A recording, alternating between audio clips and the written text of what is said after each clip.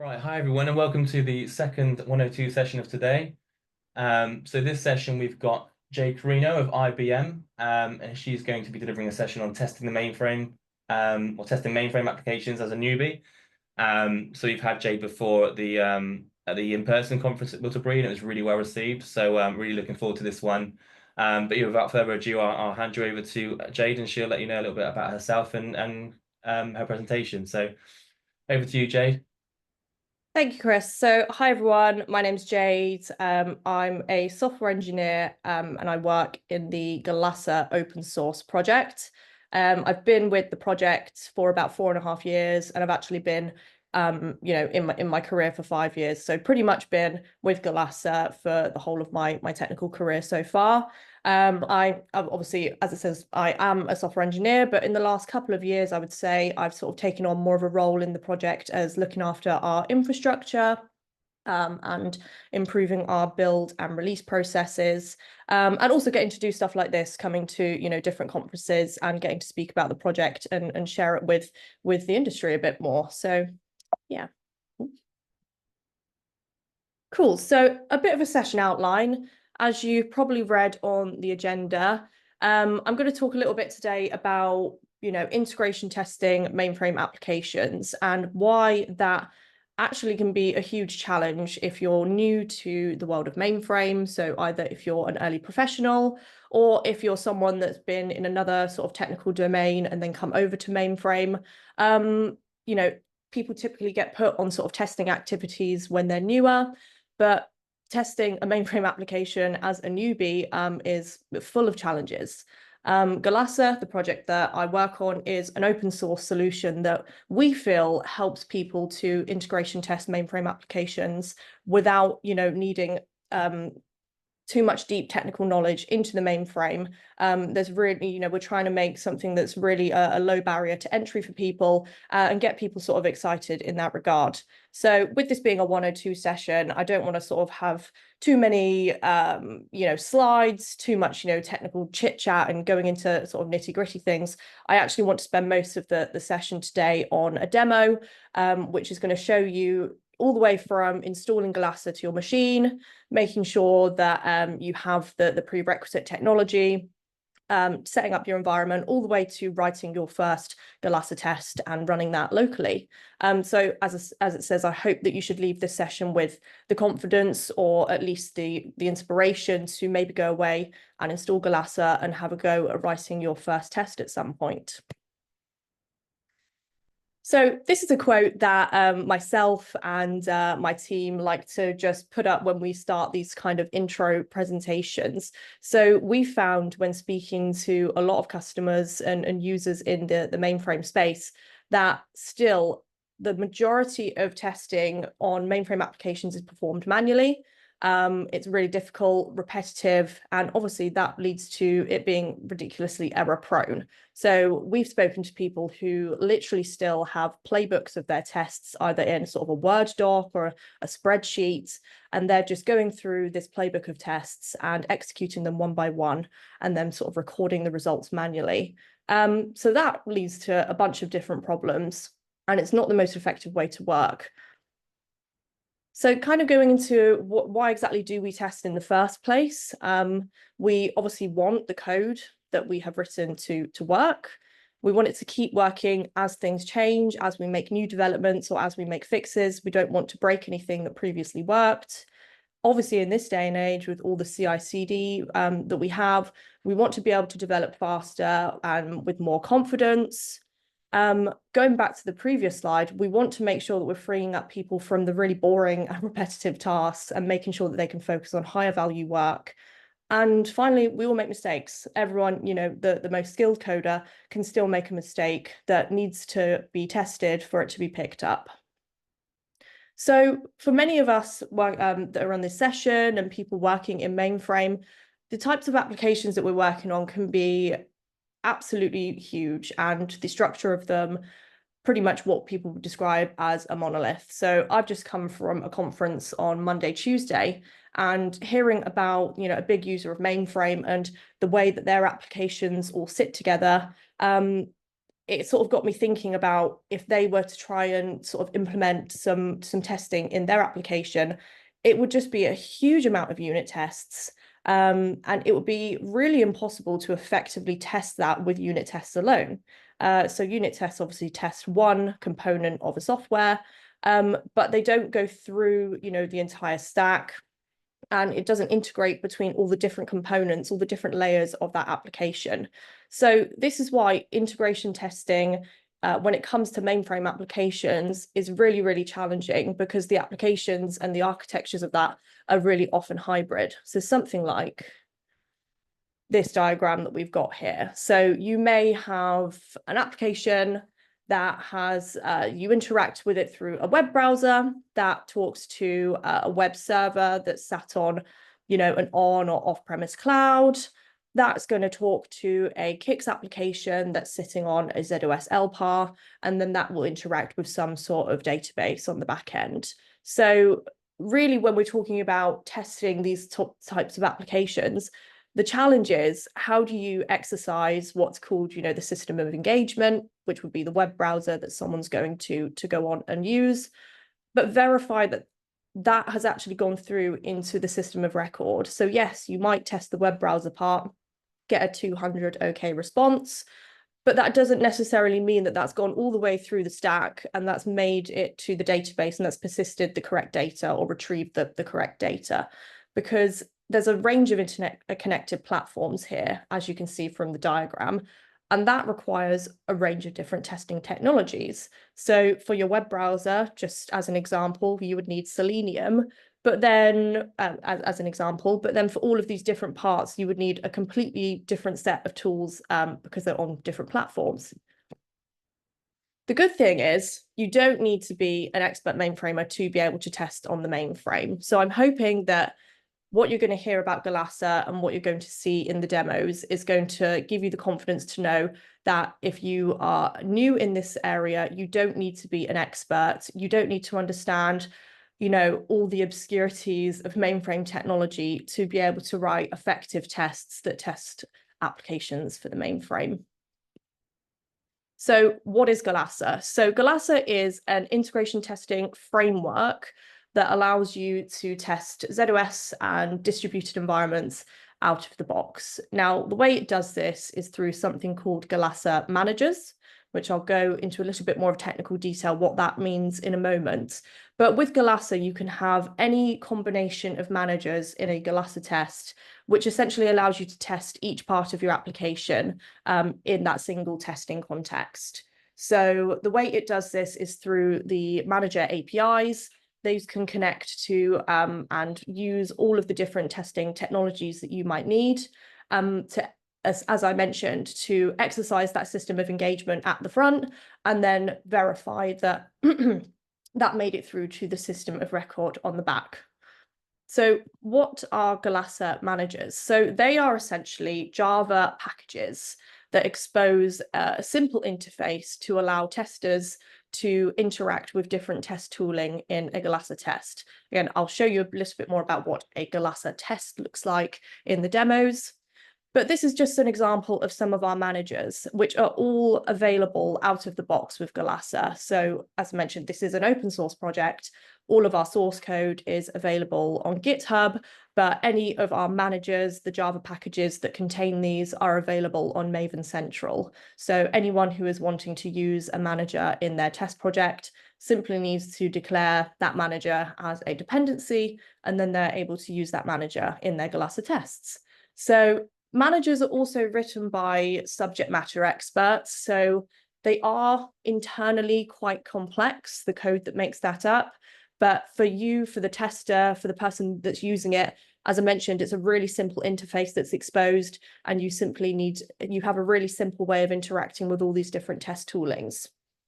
So we've kind of got a few different categories of our Galassa managers, which you can see on the slide. So we have the core managers, which, and by the way, all of these are available in the open source distribution of Galassa. So the core managers, which are really the fundamental managers with a big wide range use. So I'm going to show a couple of these in the demo a little bit later on.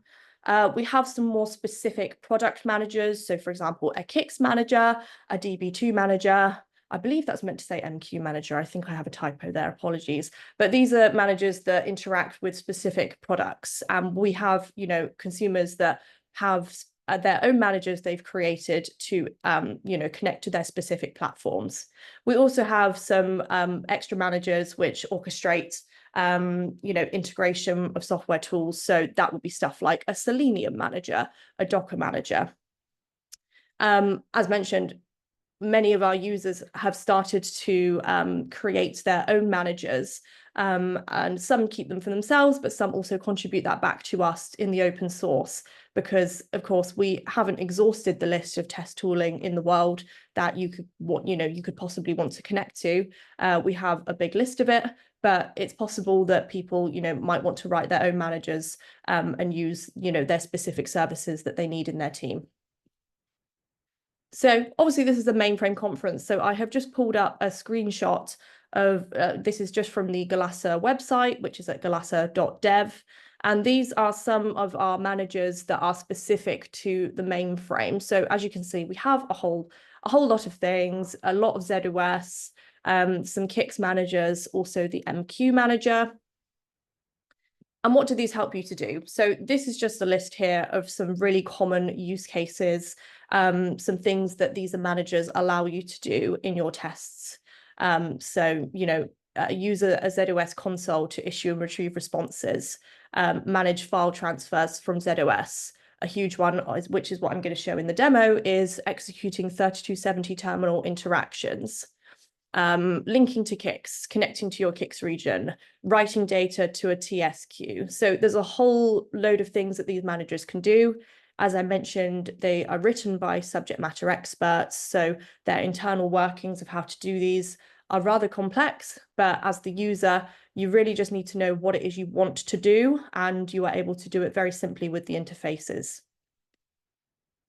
In terms of technical details, because I know I've mentioned a lot about, okay, a Galassa test, writing a Galassa test, what exactly is that? So Galassa tests are either a Java test class or Gherkin. So we offer Java or Gherkin.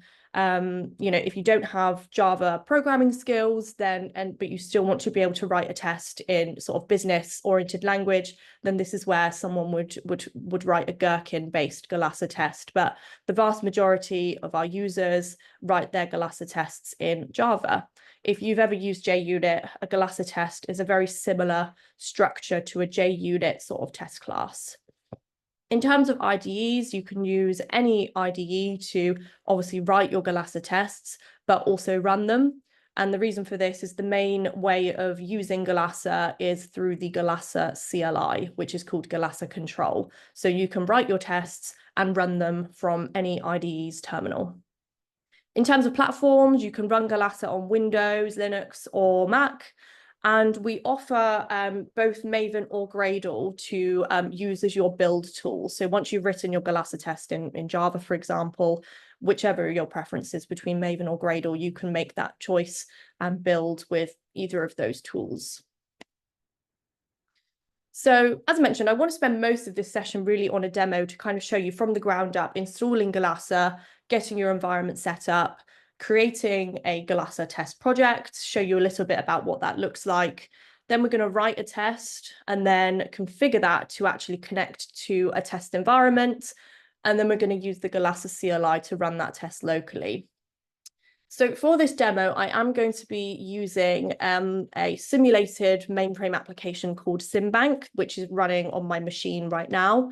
The reason I'm not going to be connecting to a real mainframe system in this session is, one, I don't want to expose a host name of a ZOS image that lives in the IBM data center, obviously for this session, for security. But secondly, I'm going to do a second demo if we have time after this one. And I'm going to run the test in GitHub Actions. So obviously GitHub Actions is public. I don't have access to a ZOS image that is not within the IBM firewall, so I would not be able to essentially run that GitHub Actions workflow against a ZOS image in the data center. So I'm going to be, for the purpose of this demo, using a mainframe application which lives on my laptop. However, the code, the managers I'm going to use and the code that I'm going to write would be exactly the same for if you wanted to connect to a ZOS image, obviously that is real in your data centers or wherever that lives. Cool. So let me switch over. Yeah. So this is just here, the SimBank application running. Cool. So the first thing I'm going to do, I don't have Galasa control installed currently. So what I'm going to do is I'm going to use Homebrew, which is a package manager that hopefully most of you will have heard of, to install Galasa control.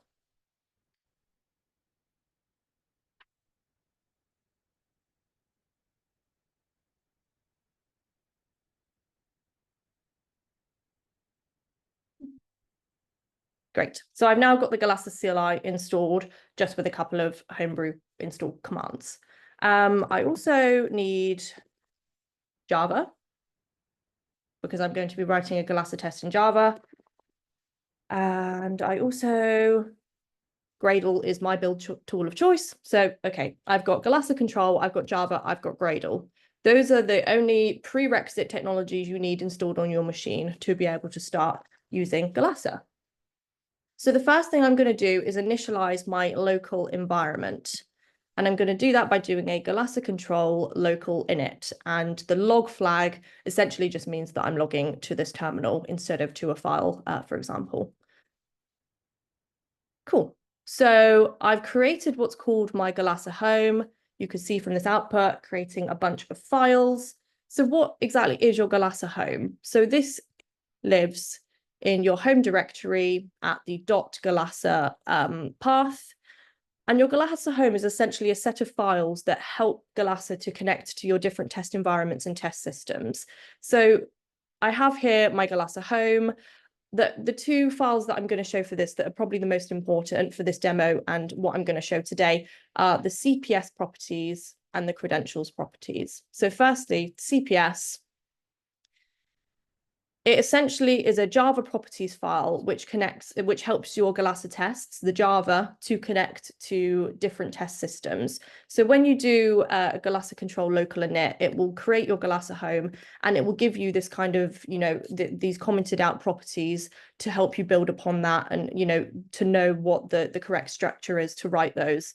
So as an example, this is a property that helps the ZOS manager. As you can see, it's namespaced with ZOS, to know what the host name is for the ZOS image that I want to connect to in my test. As an example, this isn't the set of properties I'm going to use for the demo, but just to show you that when you create this file, you'll have the examples that you can build upon. So this is where you would put your host name for your ZOS image and your port. You would say you want TLS turned on, for example, maximum slots. There's loads of different properties that are documented. But this is essentially what helps Galasa to connect to your very real systems that you want to use. Just comment that out. And the next file that's going to be important for this demo is the credentials properties. So very similar structure, except all credentials start with a secure credentials. And essentially, we can provide usernames, passwords, and tokens to our Galasa test. So any credentials that you might want to use to authenticate to your systems would go into the credentials properties. So yeah, this is what the Galasa home is for. It essentially holds this configurational information that your tests are going to use to connect to your systems. So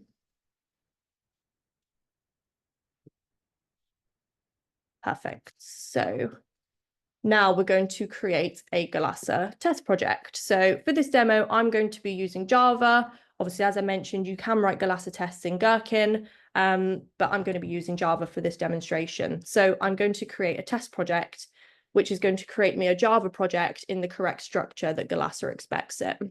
So to do that, I'm going to do a Galasa control project create. I'm going to give it a package name of dev Galasa example SimBank.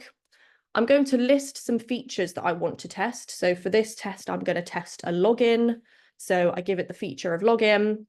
I say that I want an OBR. Now, you don't need to worry about this too much, but just to give some extra context in case anyone here is familiar with OBRs and OSGI. So Galassa runs in an OSGI environment. An OBR is an OSGI bundle repository, and that's essentially just a file full of metadata that tells the OSGI environment what modules it needs to load to run Galassa at runtime. So you don't need to worry too much about this. I will come back to this later in the demo, but it's not something you need to worry about a huge amount right now. I also want to specify the build tool. So as I mentioned, you can either use Maven or Gradle to build your test code. I want to use Gradle. And again, I'm just going to log that out. Cool. So again, you can see creating project, and it's created me a bunch of files. And that is what we can see here on the left-hand side. So if we have a look at the project it creates us. So I've got two subdirectories here. I've got the test project here, which as you can see, it's suffixed with login, which is the feature that I want to test. I've also got the OBR project here, but I'm not going to go into that because we don't need to worry about it too much. When you create a Galassa project for the first time, it will create you two Galassa tests. Now, this is what a Galassa test looks like. As mentioned, if you've used JUnit before, it looks very, very similar to the structure of that. So it will create you these sort of, I guess, dummy test classes to just show you what the format is of how your Galassa tests can look. So you can then go in here and edit that as you please. You could take all of this out if you like. It's really just to show you, what a Galassa test structure should look like. There's also this more extended one here. Again, we're just trying to give sort of more examples of the things you can do and show you, how you might like to structure your test classes. But really, when you go in and write your first test, you can take all of this out if you like. I also want to draw attention to the resources directory. So when we create the project for you, we give you just this sample text file. Obviously, it's a bit of a dummy file. It doesn't really do much. But this directory is where you would put any kind of files that you might want to use in your tests. So as an example, if you wanted to run a ZOS batch job, you would need to supply some JCL for that, some skeleton files.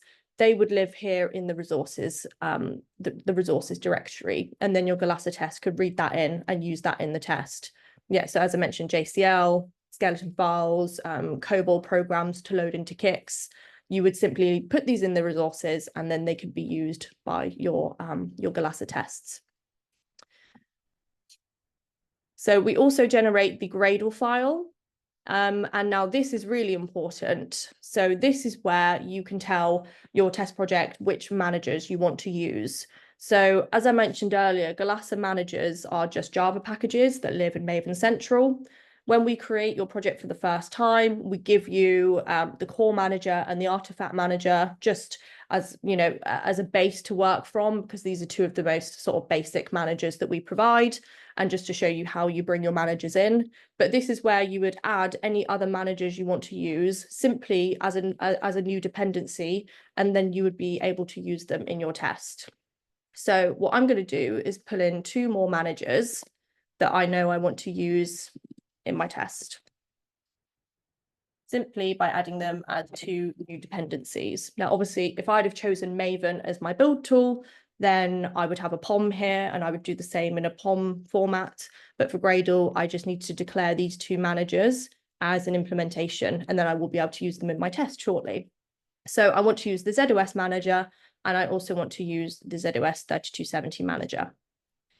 So what I'm going to do is just build my project, make sure it's still happy now that I've added those two dependencies in.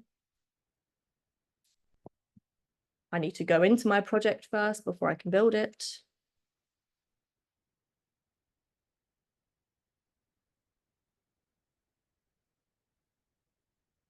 Cool, great stuff. Just going to reload my window. Amazing. So now we're ready to actually start writing a Galassa test. Now, in the interest of time, I'm just going to bring over some test code that I've already written. Nobody wants to sit and watch me write and fumble test code together.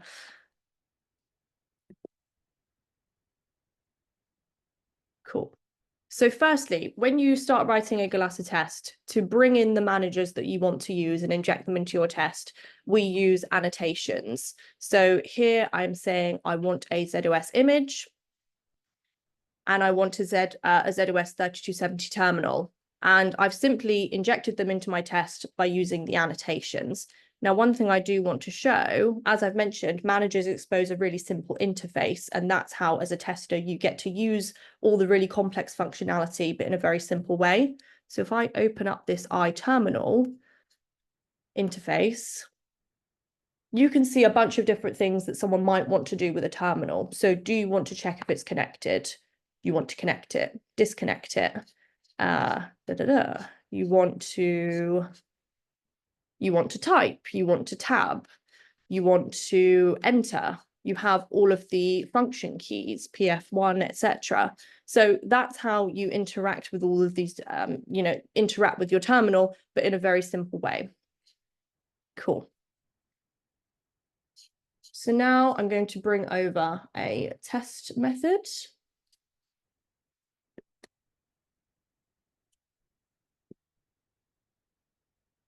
Lovely.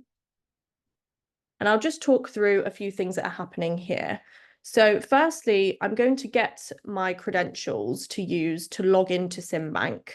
And the way I do this is through using the Galassa Call Manager, and I get the credentials of the credentials ID Symbank. Okay, what does that mean? So that means it's actually going into my Galassa home, it's going into this credentials properties file, and it's getting the credentials that are tagged with the string Symbank. So it can get my username and password, and it's going to put them into this credentials object. I'm then going to register the password as something called confidential text. And this is so when I run the test in a moment and a run log is obviously generated, that password is then not going to be shown in the run log. It's going to be obfuscated. So if I wanted to share that run log with a colleague of mine, they're not going to be able to see my password in the run log or any artifacts that are generated. Cool. So this is the most interesting part, the thing I want to draw attention to. As a newbie mainframer, do we know how to construct a data stream and send it to a 3270 host and for it to actually work its magic? No, I don't know how to do that. I've been here for 5 years and I have no idea how that actually works. But what I do know is that when I have access to a terminal, I want to wait for the keyboard to be available. I want to position the cursor to a field containing user ID, tab it over to the next field, and I want to type my username from that credentials object. Similarly, I want to type my password in the same way. And then I want to enter and then wait for the keyboard to be available again. So I know what I want to do with the terminal. I don't need to know how that's happening. So after that, in your test, you're going to want to assert that your terminal is at the correct screen. So after I've logged in, I do expect it to be at the Sim platform main menu. So I'm going to retrieve that screen and assert that it contains only once that string that I'm expecting. Cool. There is more here. It does similar things. In the interest of time, I'm just going to move on. So I showed you how Galassa gets credentials. How does it get the information to connect to different test systems? How does it get that configuration? Well, in a very similar way. So as I showed up here, I want to get a ZOS image. I want a 3270 terminal. I have tagged those with an image tag of Symbank. So the manager knows to go to my Galassa home, go to my CPS properties, and get the properties to do with the image tag of Symbank.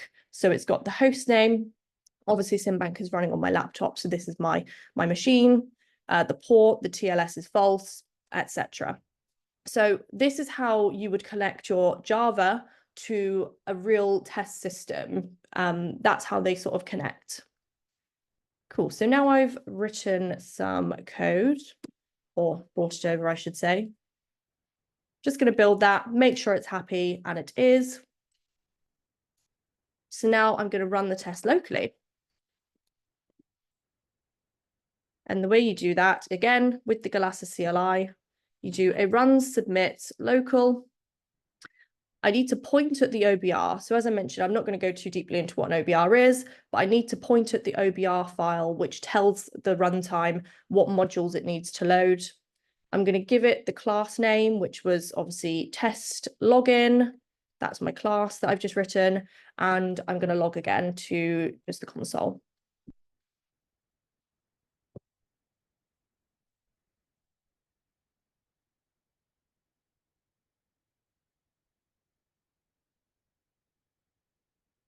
Cool. So that showed a lot of things really quickly, but we can see down here that the test passed, which is great.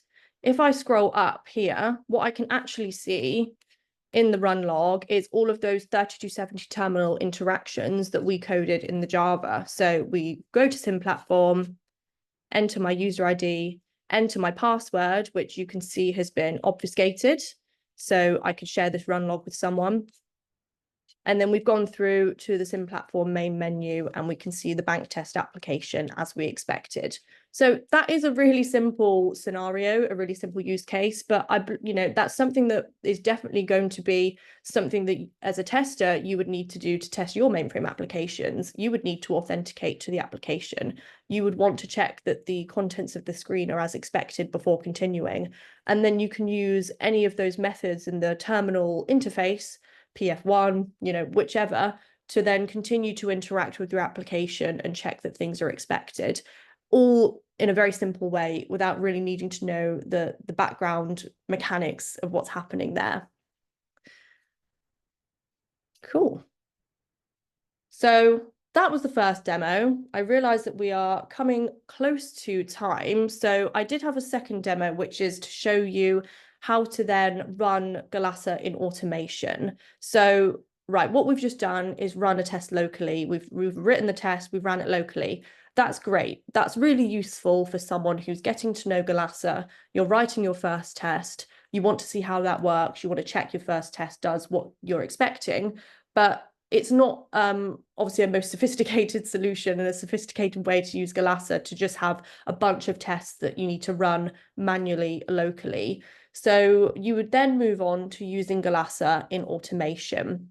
So similar to how I just ran Galassa in my terminal with Galassa control run submit local, you could run the Galassa CLI in the very same way in an automated pipeline workflow of your choice. So I will just show an example rather than going through the whole demo in the interest of time.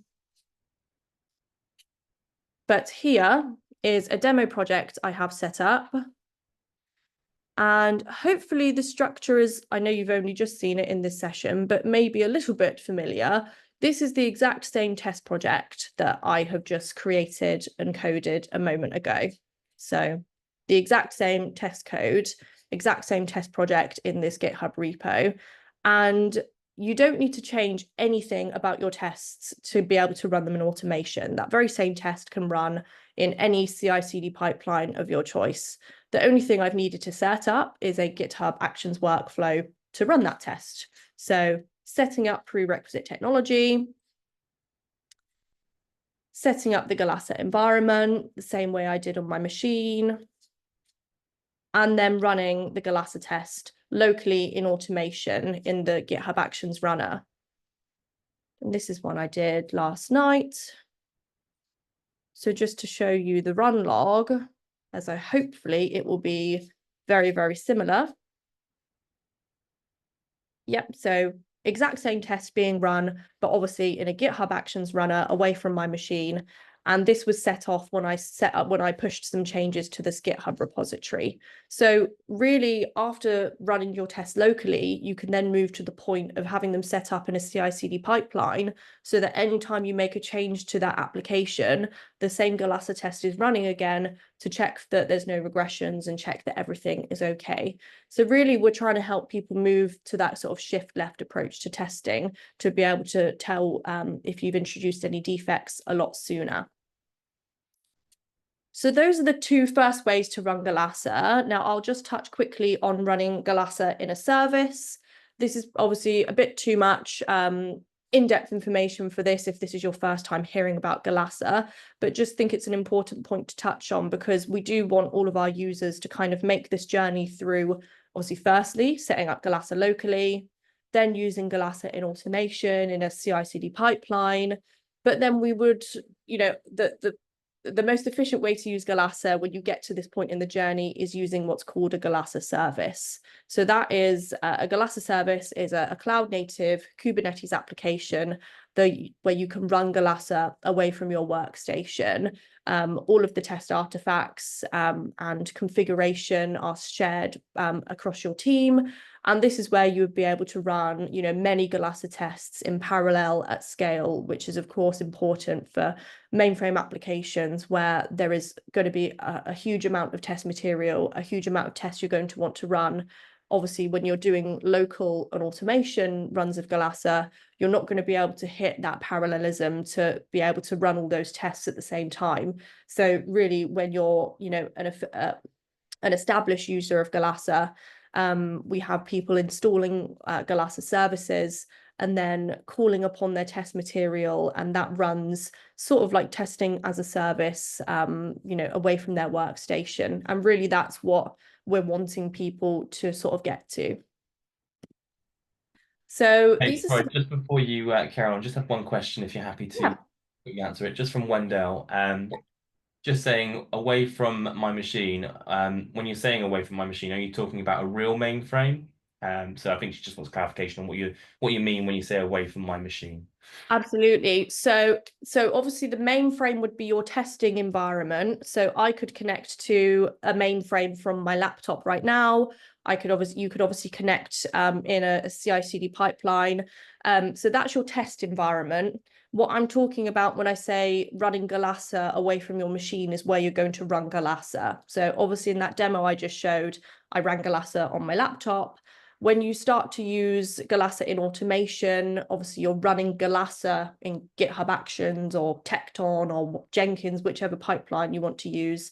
And then when I'm talking about a Galassa service, which is obviously, when people are established users, basically you run Galassa from a Kubernetes cluster, which is called a Galassa service. So two different sort of concepts there. And I apologize, I'm coming up to sort of time, which is why I've rushed through that, unfortunately. But I'm talking about running Galassa away from your machine is where you're running the tool from.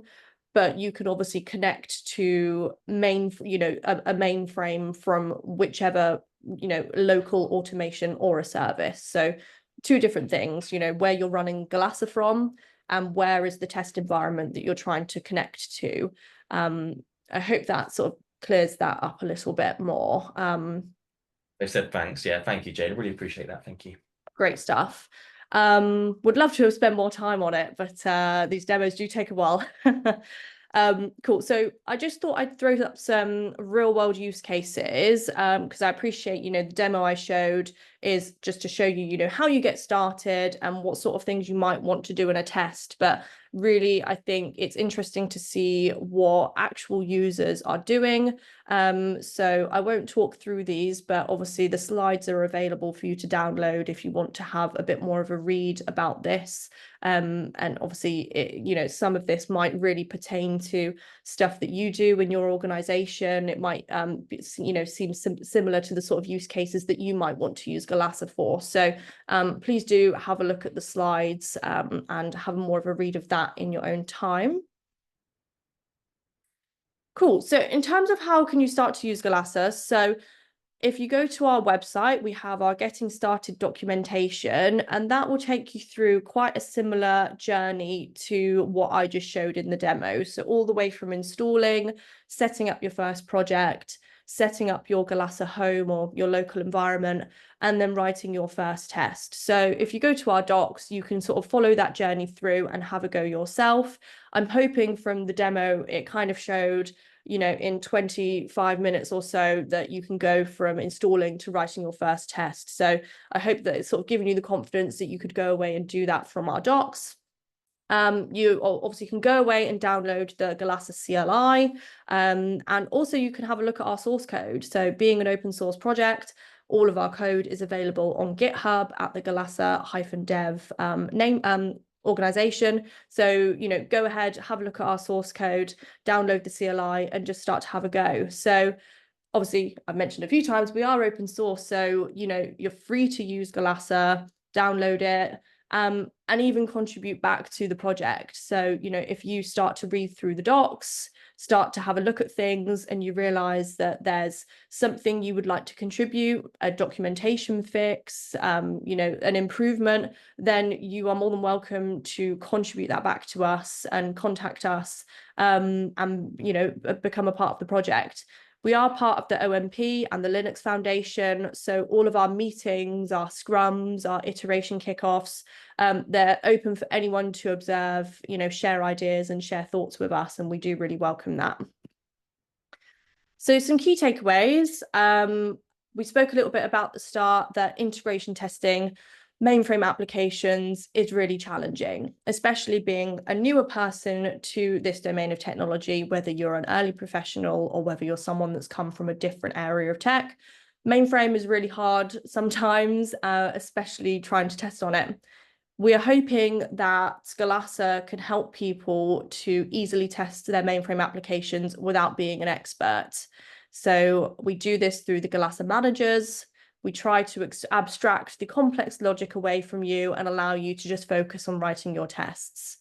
We also hope that you've taken away from this that as well as writing those tests, Scalasa can help you to automate that testing, reaching that sort of shift left approach in testing and allowing you to develop and ship your applications quicker. So thank you everyone for listening and watching. I hope that was helpful and I hope you've got something to take away from that. I don't know how much time we have left. Oh, about a minute. So if there's any more questions, I'm happy to take those now. Thank you so much, Jade. Yeah, we'll hang on just for another moment just to see if any questions come in. Sure. But also, yeah, please do send your feedback in. It is really well received by the speakers and it is appreciated. Can't see anything that has come in for the moment, so I'm happy to wrap up. But yeah, thank you so much for your time, Jade. Really appreciate it. I hope everyone gained value from that presentation. I know I did. And I would be happy to obviously have you back at the next event we do at Whittlesbury. Oh, feedback ID. Have Jade, I don't suppose you've got the slide with your... Yes, I do. Sorry, it's session 3.0. Fantastic. But yeah, please all do leave feedback. It is really well received and it allows us all to know what we can be doing better and what we're doing good at. But yeah, thanks again, Jade, and thank you everyone for tuning in. And the next session on the 102 is at 1:45. So hopefully see some of you back then. Thank you very much. Thanks, everyone.